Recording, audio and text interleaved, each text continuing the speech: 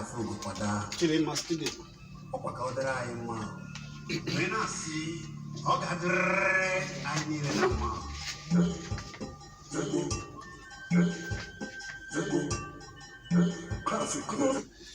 Odema okabukwa kpakpando ka ị na-ege n'ụlọ ọrụ kara aka ebe anyị nọ wee na-eteti Solid FM akara narị kpọm na itoolu kpọmkwem bụ ihe ị ga-eji na-eweta anyị anyị na ọzọ dibịa Chimereze Chiayaweze ọbịa bụ eze omenala na Ụgbọọka nke dị na Nkanu East n'obodo Enugu kpọmkwem.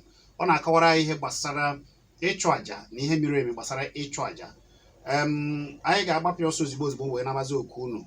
Abụ m Chizi ani nekwa kare ekwentị ị ga-eji wee jụọ ajụjụ ugbu a ịjụ ajụjụ ga-afa gị ga-abụrịrị afọ Igbo ị ga-ebe ya nkenke ka ndị ọzọ anyị chọrọ ịnara okwu one na ole ka o wee chịkọta okwu ọnụ wee saa ndị ọ ga-aza. Akara ekwentị ị ga-eji wee kpọọ wee tinye ọnụ ugbu a bụ 09097711009 maọbụ 09023111009 maọbụ 07050791009. Afa gị na-ebe ishi akpọ ọdịma onye nke afa gị na-ebe ishi akpọ ekele gị nwanne ndị ka email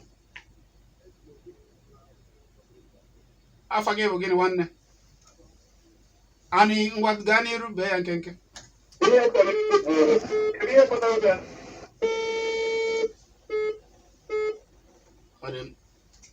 nwanne m esi na gịnị mere anyị na-anụzikwa ihe ị na-ekwu ọ dị mma 09097711009 maọbụ 09023111009. Afa gị na-ebe ishi akpọ ekele m eze Enugu ndị ka email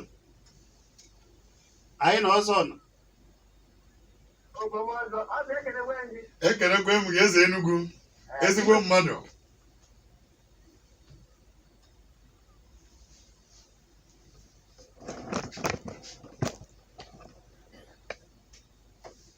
nwanne m ekene m gị ọzọ ibe m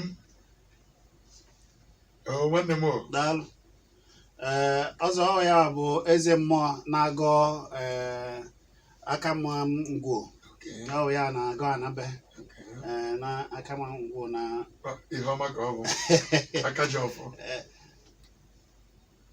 ọ dị mma afa gị na-ebe ishi akpọ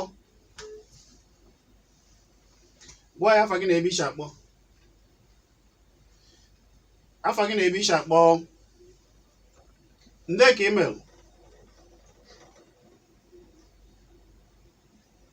a na-ekenekwe m gị nwanne mmadụ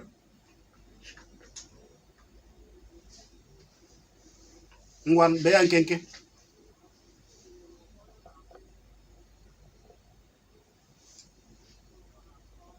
afa gị ọ na-ebe ishi akpọ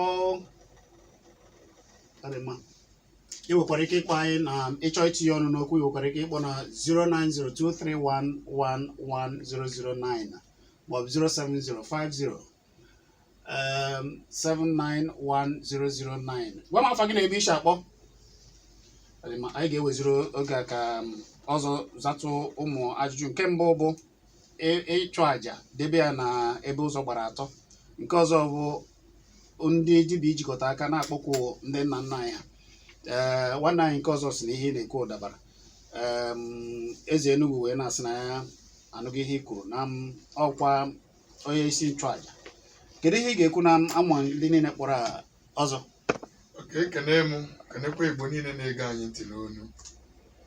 Aga m asị gị na onye ọbụla na-achọ iru chi na-aga n'ụzọ gbalị ịtọ wee nọrọ n'okpuru ebe ahụ welu kpọkwuo chi ya echi ya wee mee ike bute ụzọ n'ebe ahụ ya chọrọ ịga na ezi ahụ ya chọrọ ire okporo ụzọ, maka na akara ịtọ dịka anyị ji wee mego ka ọtụtụ ndị mmadụ marụ bụ na dịka o ji wee dị na ọjị gbara ịtọ bụ ka o ji wee dị n'ụzọ. Ọjị gbara ịtọ bụ ọjị chi. Onye ọbụla ịfụrụ nọ n'ebe ụzọ gbara ịtọ wee na-eme ihe na-agbachi ya ume na ọ na-akpọkuchi ya oku ya bịa nkịta bịa nke echi ka o nwee ike bịa tọọ ya n'agba ụwa. Ọ dị mma. Ndị dibịa nwere ike ijikọtara aka ọnụ wee na-eme na-akpọkụ ndị nna nna dịka onye nke ọzọ ji wee jụọ. Ọkwanụ dịka ajụjụ ahụ si were dị ọ eziokwu ọkwanụ ihe a na-eme ọ ya mere na ọtụtụ mpaghara niile dị iche iche mana ebe anyị nọ enwere mpaghara na mpaghara na-akpọ chapter by chapter ndị dibịa na-enwe ọgbakọ. Ya bụ na nwere otu. Anyị nwere otu mana ndị nke aka anọghị n'otu a ka anyị na-asị ka ha na-akaba arụ na-abata n'otu a, maka na ka ị na-abata n'otu a ị ga na-afụ ọtụtụ ihe ị marọ onye ọzọ ya akụziri gị enwe ike wee na-aga n'iru na-emekwenye ya n'ụzọ jiri eji. Ọ dị mma. 09097711009 iwee ike ịkpọ. Gwa m afa gị na ebe ishi akpọ. Afa gị biko kwuo okwu ike bee ya nkenke. Anyị na-anụ ihe ị na-ekwu. Ọ na-anụ ihe ị na-ekwu. Ekenekwe m gị nwanne mmadụ. Ngwa bee ajụjụ gị nkenke. Ihe ọ na-ekwu dị mma amịrị omego omenala ka anyị chọrọ. Ọ ga-adịkwu mma na ọ bụrụ na eze emelụ ka ọra niile bụ ndị Igbo mata na omenala ndọcha ka anyị na-eme ka ya bụ omenala ndọcha bata n'ife anyị na-eme na be anyị na ya nwanyị nyere anyị aka. Ife anyị na-eme kwa mgbe mgbe ụwa ọbara ụbara anyị uru na ihe eze na-ekwu dị ka ihe echi. Anyị nabata ihe ọ na-akọwata. Daalụ. Nke ọbụla ya ọ bụla na-esi omume ka program a ihe nwekwara na nkiri program bido ka ife eze mgbe ebe akọ na-aga n'ihe ọgawa n'iru ka onye ọbụla na-aghọta kwa mgbe kwa mgbe a na-enye ya otu ụbọchị anyị na-abụ ndị ọdịnala na-amatakwa ndị amatarakwa na-amata ide ekene ihe. Ngwa daalụ. Unu bụ ndị ọdịnala unu bịa na-akwadokwanụ ya na betanụ bụ na ahụ anụ ka o si. Ndị ọdịnala n'oyi unu na-abịa akwado ya na-abịa akọwanụ nke unu si eme omenala na ọ ya ga-eme anya na eme ya kwa dịka isi kwuo. Daalụ. Ọ dị mma. Afa gị na ebe ishi akpọ. Ekele gị ndị ka email. Ebe ka isi akpọ. Daalụ daalụ. Onye nke akpọrọ wee kene gị ọzọ. Ekenekwe m gị nwanne m ya dịkwa gị na mma. Afa gị na ebe ishi akpọ. Afa gị na ebe ishi akpọ. Nke a bụ olu nwaanyị. Ọbịageli akụ ndị ka email. Ngwa jụọ.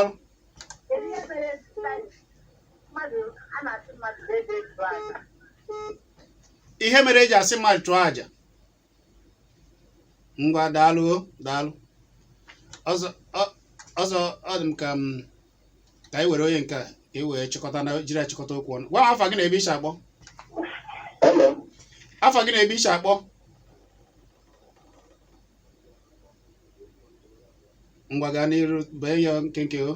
Anyị chọrọ ịma abụ ọbụghị onye nwere problem onye bụ nwere problem ọ na-abụ nwere ike ọnwụ na ihe ọ na-eme adịghị aga ma ọzọ ndị mee ka anyị esi ya dịka ise ka nwere ebe si ekechi anyị ebe si kechi akara aka ịghọtaghị ka anyị esi enye adịvaịs ọ esi ya aga n'ihu ihe ọ ga-eme na aga n'ihu ịghọtaghị amaghị m ma ọ na-ahazi ndị ọnọdụ a.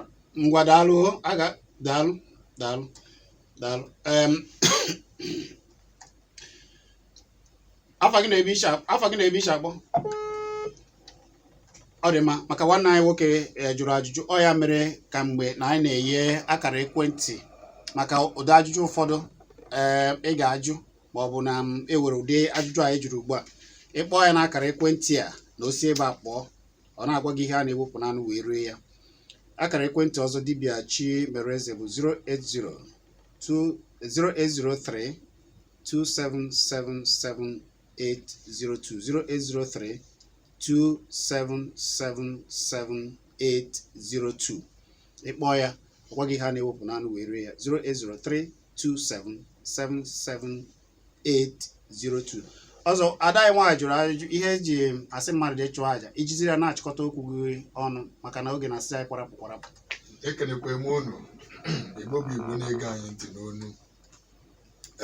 M ga-asa ya na ihe nke ka mepụrụ kịta dịka ihe ụwa bịalụ gabigechie ọ ya bụla ịbịaba n'ụlọ akụ asị gị ga-akpụdo ihe n'imi na gị ga-akwa aka gị tutu ị nwee ike wee bata n'ime ya bụ ụlọ ọba ego atụka mmanụ otu a ka o si welu dị enwere ikike ị ga na-achọ na mmụọ ọ bụrụ na ị yara eburu isi na owuwu wee bata ebe anwa ihe anwa asị gị gaa chụọ ọba aja bụ dịka a na-asị mmadụ gaa saa arụ ka ị dị ọcha ọ ya bụrụ inwe nwee ike wee tinye nwa aka n'ebe a wee were ike wee gaa mee ụwa ị chọrọ ime ọ ihe o yiri bụ ihe anwa enene gị wee fụ n'ọkwa nke a bụ nke kwesịrị gịnụ asị gị gaa mee ya ona mee ya ona ka ike ahụ wee na-achọ nwee ike chi gị nwee ike wegotelu gị ya maka ike ọbụla nwere ihe ọ chọrọ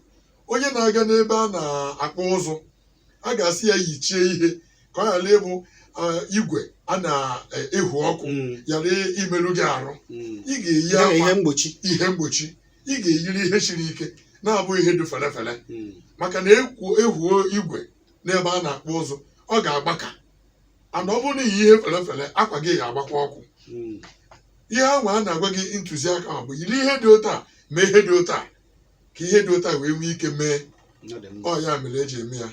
Ọ dị mma. Kedụzi ka esi afụ eze omenala na Ụgbọọka onye chọọ ịbịa Ụgbọọka kedu ka esi enweta gị ewe ndị na-ege ịfụ na ndị si mba dị iche iche ma ndị na-ekiri n'obodo oyibo ewe ka esi enweta ọzọ na ọ bụ onye chọọ nkụzi ewe oge ị na-anọgide ewere oge nkụzi ma ọ bụ eyi aka gbaa afa kedu oge iji agba afa na ịchịkọta okwu wee zipụzi ozi maka na oge asịgo ya kwarapụ kwarapụ.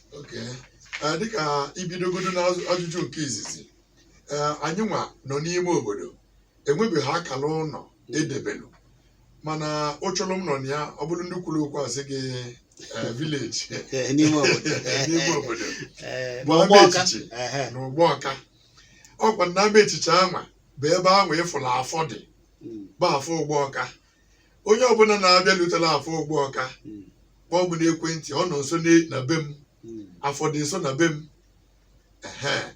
ụfọdụ ihe ha agbalị ya ihe ọgba tum tum wee bata ọ ihe ha ya eji nwokwụ wee bata oge ụfọdụ kwa asị ka ha tinye onye anwa n'ihe ọgba tum tum maka oge ụfọdụ n'ihe eji eme ya bụ amaghị ụzọ mana olute ebe a kpọọ akara ekwentị a ga-abịa nyere ya aka wee kpọbata ya nke anwa bụrụ ofu ana m ajụ dịka ọtụtụ ndị mmadụ na-ajụ ajụjụ dị iche iche bụ nke m maalụ na akara ekwentị a m ji wee nọ na WhatsApp ụfọdụ bụ ka ha mụta ihe ha amarọ ana m wepụtakwa ohere ihe dịka Tọzdee na Fraịde na oge uhuruchi abalị wee nene ihe niile gbasara ajụjụ ndị mmadụ zitere maka na ọ bụrụ na ị chọọ ka m kọwalụ gị n'ụzọ ọ esi wee dokwa ego anya karịa anọ m n'ogogo ịkụziri gị ihe na ọ bụ ọsọ akwụkwọ nke a kpọrọ Baịbụl aga m akụziri gị ihe n'ụsa Upanishad kootu olu gị ga gwụọ ya gwa gị ya na Bhagavad Gita as it is gwa gị ya na Tao gwa gị ya na the way of internal maka achụsịrị n'ụzọ ike ma n'ụzọ omenala maka na ọ bụ n'ụzọ omenala kpọmkwem ka m ga-asị gị na mmụọ anụnwa niile hibere isi mere oge m ji eme ka mma na m kara ịgbanarị ya n'ọsọ wee mechekwa gacha ebe a ka m wee mee ka ihe niile o nyere m aka bụ na ọ bịa mekwe m ghọtakwuo ihe anwa bụ omenala. Ya bụ na kedụzi oge iji agba afa omenala? Ana m agba afa kịta na-arọ nke a site n'ụtụtụ na ọkwa elekere nke 8 wee luo n'elekere nke 11 ụtụtụ ọbụla maka na anyanwụ na-agbara ka anyị ji enene ihe nke ụtụtụ aga elu na mgbede anyị ebido na owulu nkeji 13 wee gafee elekere 4 wee kwụsịkwa na elekere 6 nke uhuruchi aka na m eme ya kwa ụbọchị mana achọrọ m ibido n'arọ na-abịa ka mbọchị m ga-eje na-agba afa na-agụzi site na ihe dịka Mọnde wee luo na Wenezdee ana nwezi abanye na abụọ m nwee ike na-eji kụzie ihe na alụkwa n'ọrụ mmụọ dịka o si were bịa na ngwule anyị. Ọ dị mma. Kedu mmụọ ahụ ị na-agọ n'Ụgbọọka? Mmụọ malụ m dibịa kpọmkwem ihe eji wee mara ya bụ esu Ogbunebike ọmụọ na-enye ya nri ọmụọ bụ aka ji ọfọ ya taa eze Enugu ị na-anụ ya aka ji ọfọ ibe gị ọ dị mma akara ekwentị dibịa ọzọ dibịa bụ 0803 unu kpọbazie ya na ọsọ ebe a pụọ na oge asị gị kwarapụ 0803 277 7802 0803 277 7802 ọ nọkwa na WhatsApp kpọọ ya na WhatsApp na-afụ ya ya bụ na 0803 2777802 ọ ga-adịrịrị gị na mma ọzọ ise dịkwala gị na onwe gị na ezinụlọ gị daalụ dịkwala ọra na ịga anyị ntị n'onu anyị sịkwa na omenala ga-adị n'ụwa ọ ga-adịrịrị daalụ ọ dị ma otu a ka anyị ji wee fụ ya na nke taata arịsị m ya dịrị nwoke mma dịrị nwaanyị mma biko onye ọbụla mebe na omenala Igbo mara mma nke ukwuu cheta na abụ m Chizzy Ani ewezi ka o si dị jekirie ọzọ na Kpakpando TV mba ụwa niile na-ekiri ebe a ka a na-ekirizi ya na ihe niile nke anyị na-eme. Kpakpando TV nọ na YouTube, Kpakpando TV nọ na YouTube, anọkwa na Facebook. Iru ebe a isoro subscribe n'efu wee na-afụ ụmụ ihe niile nke anyị na-eme. Kwado omenala dịka onye jụrụ ajụjụ ọ bụrụ na ịbụ dibịa na ịbụ onye mgbọrọgwụ na-enwe nke ị na-eme mmemme obodo bịa ka anyị na gị kpaa ka a kwalitebe omenala anyị ebe a na-akwado nke a na-eme bịa kwadobe omenala na ọ ga-adịrị nwoke ma dịrị nwaanyị mma. Abụ m Chizzy Ani.